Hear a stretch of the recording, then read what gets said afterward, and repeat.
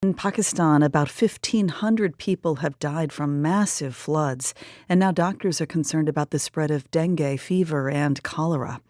Ishfaq Anwar is the Pakistan director for Relief International, a nonprofit providing aid, and he joins us on Skype. And Ishfaq, because of all the standing water, how bad are the outbreaks of waterborne diseases so far? Overall, if we look into Pakistan's statistics before flooding, according to IUCN reports, 60% of infant children are dying due to water-related diarrhea. Now, this stagnant water in the flood-affected district, this is basically posing a great hazard, a huge hazard and risk to the children, particularly elderly persons and the people with special needs. That's incredible. 60% of children before the flooding were dying of waterborne illnesses, and now it's even worse.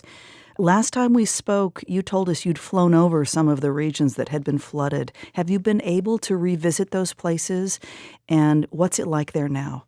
We have been to Sindh, and we see a number of people who are displaced from their houses. The access to relief work, particularly for the children and women, is a great challenge for them.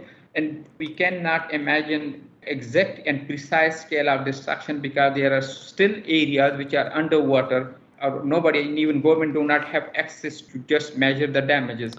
Right, because flooding has essentially inundated hundreds of villages, effectively transforming farmland into massive lakes. Yeah, there are still houses who are completely submerged.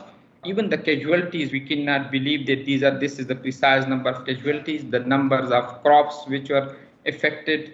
We do not know about the number of livestock who have died, who have been flooded away. What do evacuees need now, and how is the international community stepping up with support? International community, they are increasing their pledging, they are routing their funding to the organization, but the scale need to be expanded again. The current need, if we look into the new needs that are coming, are the special dignity kits for the women, the shelters, the tents, and again the basic health services. These are now the key needs after food and drinking water. Well, monsoon season continues, and that could delay relief efforts. And we're hearing that water might not recede for many months, 3 to 6 months. How are you preparing for such a prolonged period of crisis? The affected families, they need a midterm support where they need rehabilitation of their support in rehabilitation of their house. There are hundreds of schools are damaged. We do not have precise statistics available for the school, but we know that thousands and millions of children are out of school.